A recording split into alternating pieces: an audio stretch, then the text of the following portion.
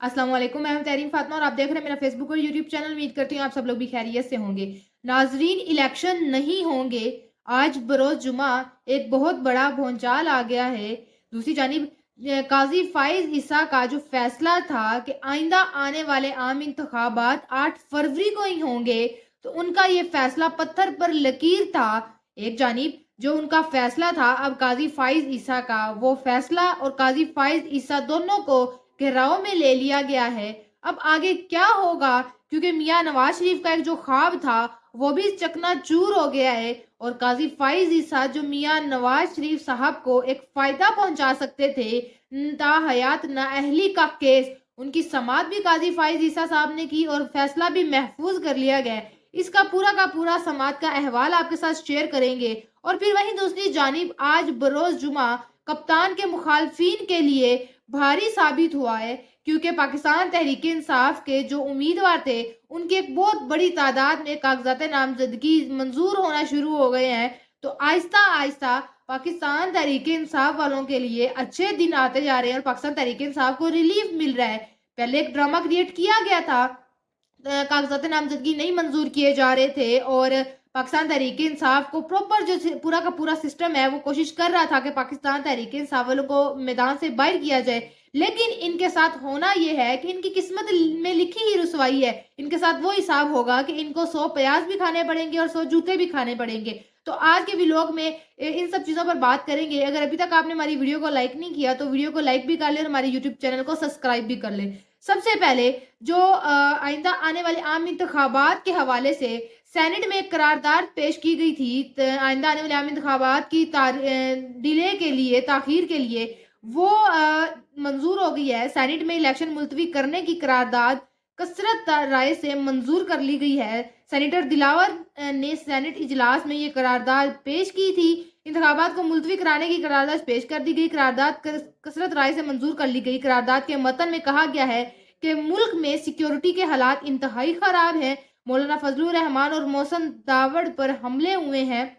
एक यहाँ पर बात, मुल्क में अब जो सब कुछ हो रहा है, आप जैसे इलेक्शन की डेट दी गई थी इलेक्शन कमीशन की जानिब से, और जब इलेक्शन कमिश्नर और सदर आरफ अलवी ने मिलकर ये एक इलेक्शन की तारीख दी थी मुशावरत के साथ, उसके बाद से जितना भी ड्रामे क्रिएट किए गए कागजात नामजदगी वाले को लेकर, उसके बाद हमले, और पहले भी कुछ चंद रोज पहले पाकिस्तान पीपल्स पार्टी के एक रहनुमा ने कह दिया था कि आइंदा आने वाले आम इंतखाबात ताखीर का शिकार होते हुए नजर आ रहे हैं।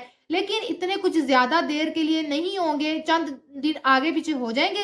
इलेक्शन के इलेक्शन जो है वो चंद रोज का ताखीर का शिकार हो जाएंगे। और वही बात हुई कि मुल्क में सिक्योरिटी का इशू का कहकर अब आइंदा आने वाले आम इंतखाबात को डिले कर रहे हैं। पता है ये सारा का सारा एक ड्रामा क्रिएट किया जा रहा है। आइंदा आने वाले इंतखाबात होंगे ही नहीं।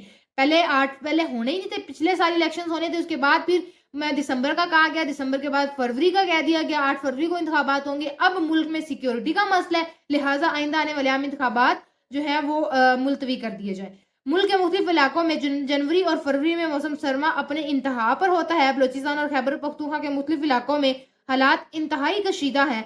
फरवरी में होने वाले आम इंतखाबात को मुलतवी किया जाए। मौजूद वक्त तक इलेक्शन कमीशन इंतखाबात मुलतवी करे। मुस्लिम लीग नून के सेनेटर अफनान उल्लाह की जानिब से करारदाद की मुखालफत की गई है। बाज़ करारदाद अक्सरियत से मंजूर कर ली गई थी।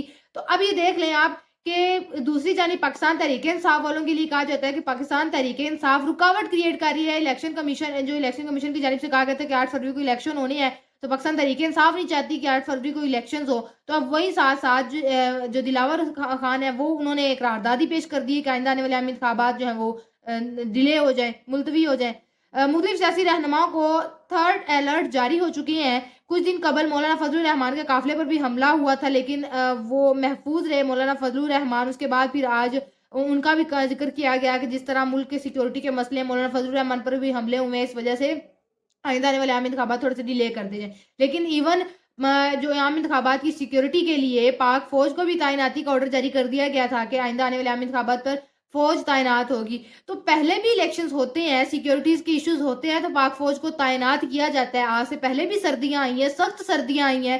इलेक्शंस गर्मी में भी आते थे, सर्दी में भी आते थे। इस दफा कुछ ज्यादा अनोखी सर्दी नहीं आ गई, जिसकी वजह से करारदाद पेश की गई और कहा गया है कि मुल्क में जो मुस्लिम इलाके हैं उनमें सर्दी जनवरी और फरवरी में पीक पर होती है, इस वजह से सिक्योरिटी है, इस वजह से सिक्योरिटी के इश्यूज हैं, इस वजह से इलेक्शंस नहीं हो सकते। के साथ फिर जो इलेक्शन कमीशन की जानिब से तारीख दी गई थी कि आइंदा आने वाले आम इंतखाबात 8 फरवरी को होंगे, उसके बाद आज जो सेनेट में करारदाद पेश की गई और फिर वो करारदाद मंजूर होगी, उस पर इलेक्शन कमीशन का रद्द-ए-अमल सामने आया और कहा है कि जो इलेक्शन की तारीख दी गई थी 8 फरवरी इलेक्शन उसी तारीख को होंगे।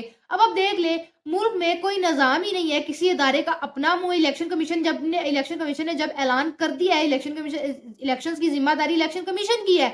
वो कह रहे हैं कि 8 फरवरी को इलेक्शंस होंगे, तो सेनेट में जाके करारदाद पेश करने का कोई बनता ही नहीं था जवाज़ कि आप सेनेट में जाकर करारदाद पेश करें, इलेक्शंस डिले करने की। उस पर इलेक्शन कमीशन का रद्द-ए-अमल सामने है, जिसमें उन्होंने बोला है कि आम इंतखाबात 8 फरवरी को ही होंगे। सेनेट की करारदाद का इलेक्शन शेड्यूल पर कोई असर नहीं पड़ेगा।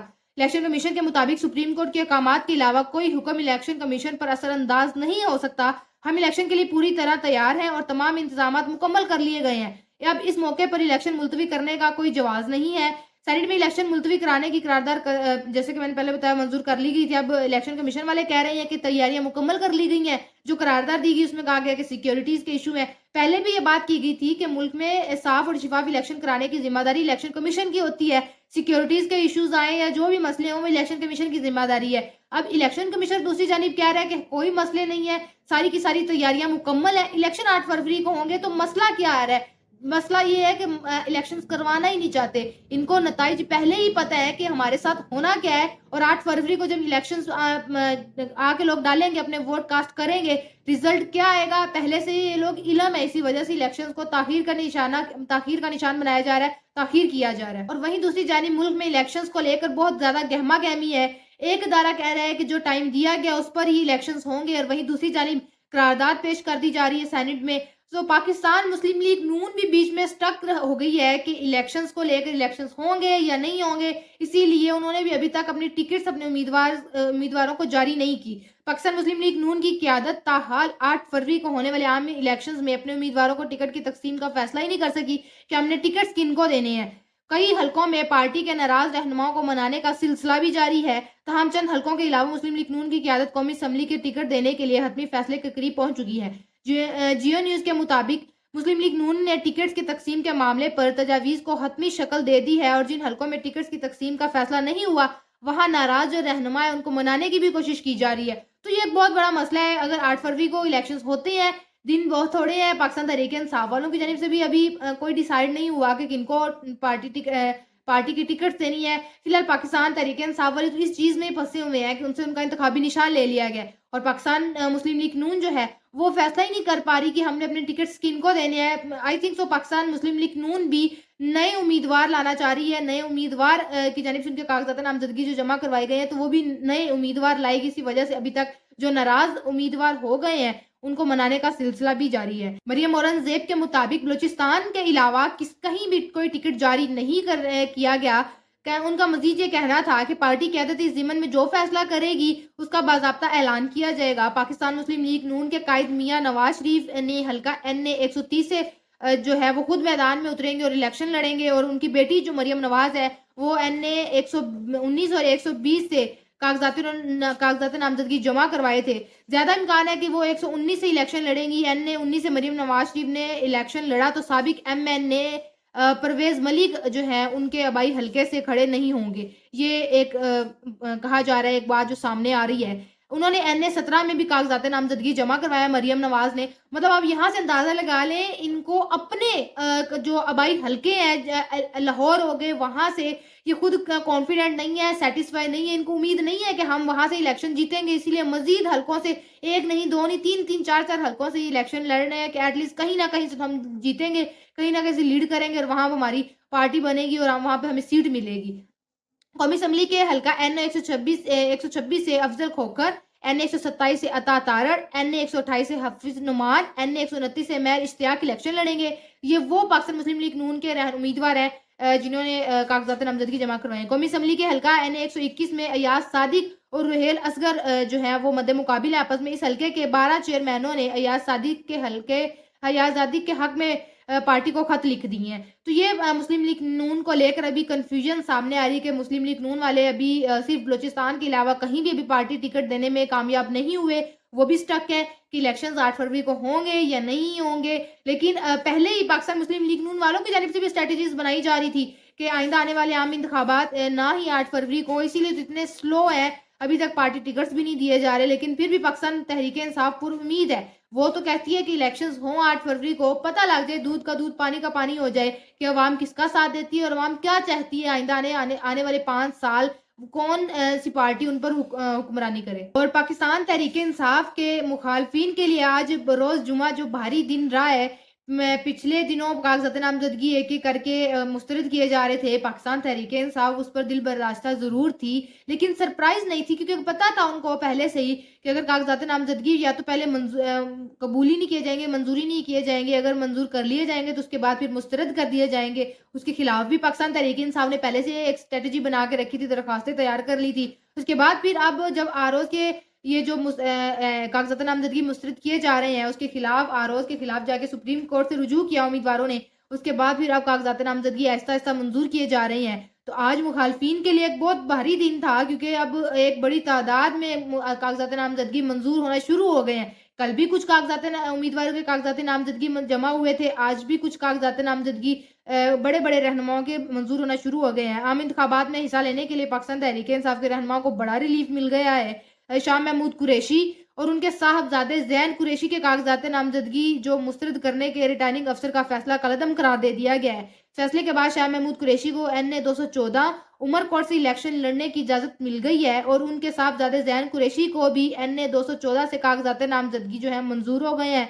आरओ ने वाजबात से मुतल्लिक संद पेश न करने पर आरओ ने कागजात मुस्तरद किए थे। और फिर वहीं साथ-साथ दूसरी जानिब एनए 238 से अलीम आदिल को भी इलेक्शन लड़ने की इजाज़त मिल गई है और कागजात नामज़दगी मुस्तरद करने का आरओ का फैसला भी कलअदम करार दे दिया गया है।